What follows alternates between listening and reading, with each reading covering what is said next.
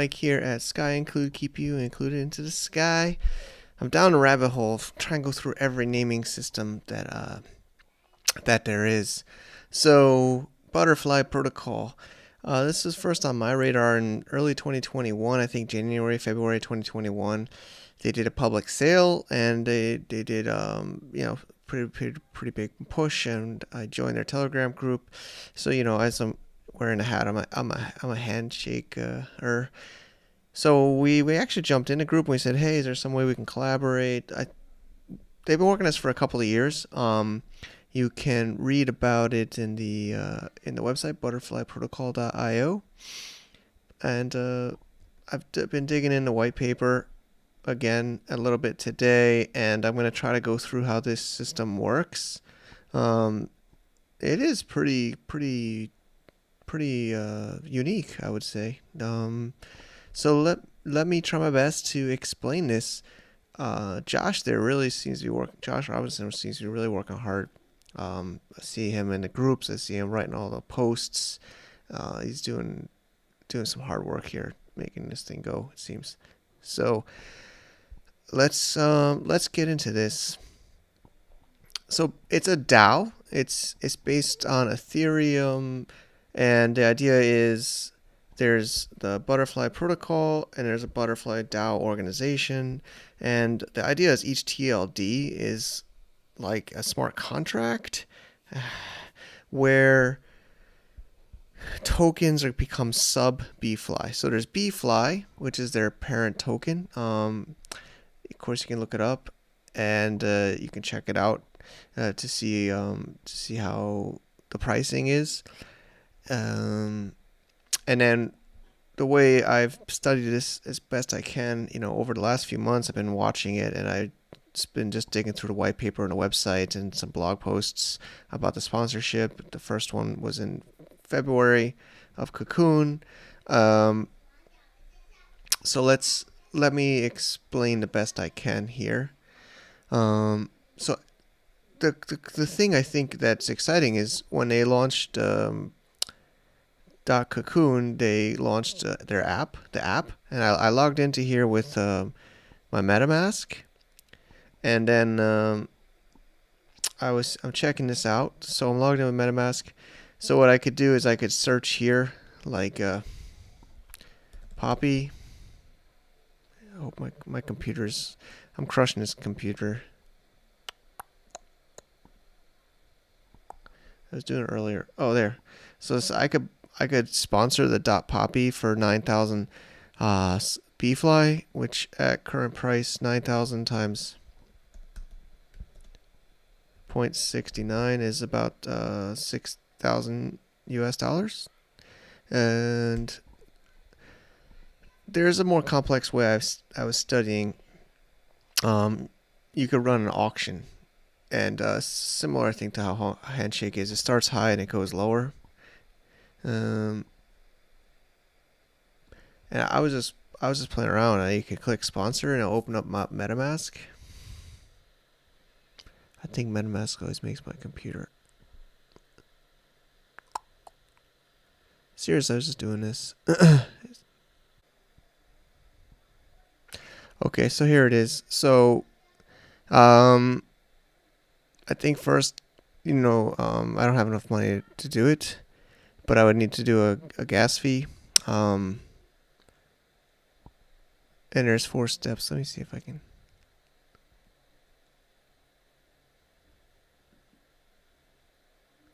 So it seems like, yeah, there's 4 steps. Request.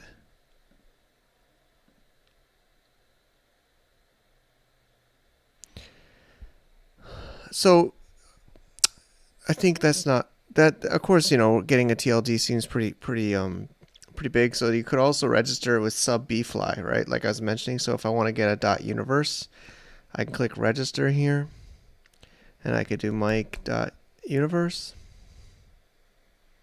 And this will also prompt MetaMask. I think I'm just overheating my computer doing so many videos. Got to update my Chrome too.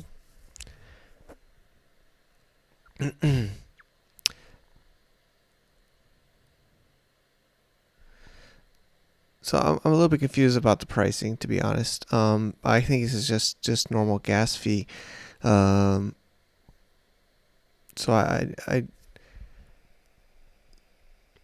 need to understand that. But you can see that each one makes its own smart contract. Okay, so every TLD that they have makes a smart contract, and then they link to the to seeing it. So you could see it's a domain token, and you could dig into this a little bit more. And they know the gas. I actually recommend watching this interview with two of the founders, Josh I mentioned, and Dana. It's actually a very insightful one. I went through it. It's about 20 minutes. I'll link it in the show notes to understand it more. They know the gas fees are a problem, so the idea is you just pay the gas fee to register, but once you use it or transfer or update it, you can do it within their system. So I would recommend checking this one out. I just went through it myself to hear from their own words. Actually, so let me go back here. What was kind of crazy is you can register .coms. So it seems like they're and .org, and Handshake has .nft. Jahan, I've interviewed him on the Global from Asia podcast. I saw it down here. So basically, it seems like they're not too concerned about collisions. From what I understood, I took some notes too. I took a lot of notes. Josh was saying instead of HTTP, it could be bproto : / website .com. And then he was saying that could be another way. Of course, they're gonna have their own plugins and IPFS is where they're going to store the assets. And the domain will still be an NFT, so it's in your MetaMask or any other kind of NFT capable ERC20 token. And then there's ERC 721s and ERC 20s. So that's my main notes. The collisions kind of makes me always been concerned. A lot of people I've talked to, but I think they're just going totally into their own browsers, their own system, and maybe that bproto : / and then domain name, so it could even be a .coms in BFLY. So they raised money, $100,000. They said in their interview from advisors, $300,000 in a seed round, $500,000 US from private investors, and earlier this year, I mentioned they did $1 million US fundraising public on PolkaStarter, and then you can get liquidity in Uniswap and I think MXC and some other exchanges now. MXC, Hopit, here you go, and Uniswap. So the idea is, I think one other unique thing was whenever there's a new TLD that's created, the current BFLY owners get a 15% of that distributed across the percentage ownership of the BFLY token you are. So, the idea is it's not just one person owns the TLD directly. It's shared within the whole ecosystem, and then you can use those subBFLY tokens to register domains in that TLD. So it's like these micro DAO. It's like, I guess they're saying DAOs, or each one is their own group. And it's like their own community, and then the parent BFLY owners also get ownership in all of these TLDs as tokens. And then I was reading some of the comments on here, but you also got to use gas fees to claim your tokens, which some people were saying was like $70, and they didn't know how many they were going to get on the comments in this interview. So you got to take that into consideration. But it seems like a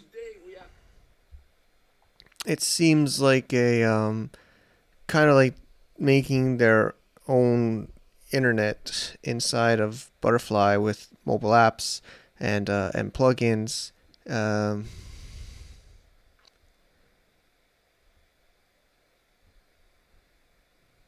was studying it earlier. So it sees $70 in gas fees just to claim. I'm not sure. So he could get subBFLY tokens for each TLD.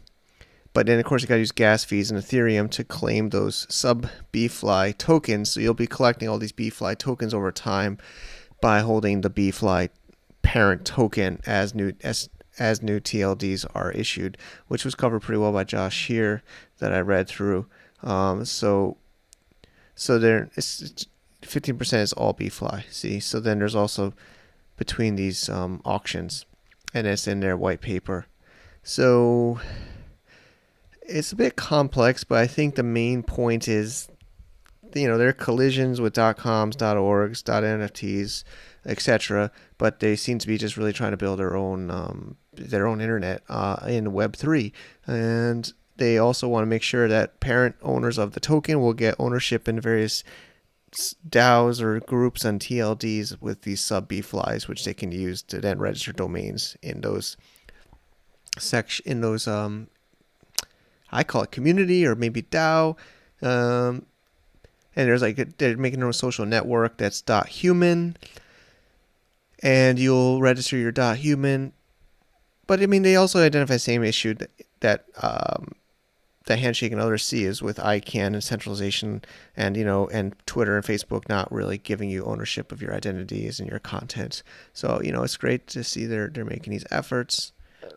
So I hope I gave you all. I talked to one of these people, and there's some concern about how much ownership is to the original founders. So I'm still trying to dig into that, but somebody told me that there's they're not sure how much the majority ownership or vote of the DAO is with the original owners or the original investors versus the public investors or public owners. So that's something I need to double check on, that maybe we should look into as well. And I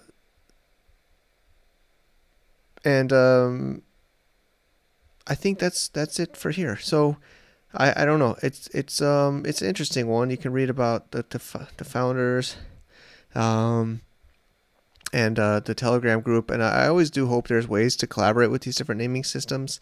I do see synergies, and they're trying to solve similar issues. And so see, there's DAO registrars, so the TLDs would be there. An IPFS, ERC 721 token for a single name for a domain. ERC 20 is more, I believe, for the TL that are creating subdomains. Okay, so I hope this gives you some ideas of how it works, and the ecosystem of BFLY. Thanks for watching. Let me know what you think.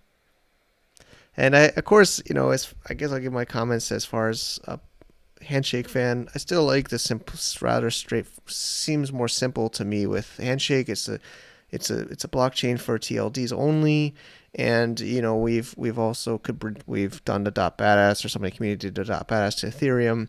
There's the Flare to XYZ that's going to help with cross-chain things and tokenizing SLDs. So I like the simplicity of Handshake. That's just a TLD level on the blockchain, and then SLDs and other uses you could do other places. So that's my biggest takeaway. Is it seems like this is trying to do a lot. It's trying to do a lot, like social networks, TLDs, SLDs, and then all this distribution of BFLY and subBFLY tokens. And then there's still these gas fees. I know they even identified that as an issue, but there is still gas fees because it's on Ethereum. But of course, once you don't have to do it to update everything, but to register and to buy and sell tokens, you seem to have to do it. Okay, I hope this makes sense. I hope I was helpful to explain BFLY with a little bit of perspective from Handshake too. Thank you.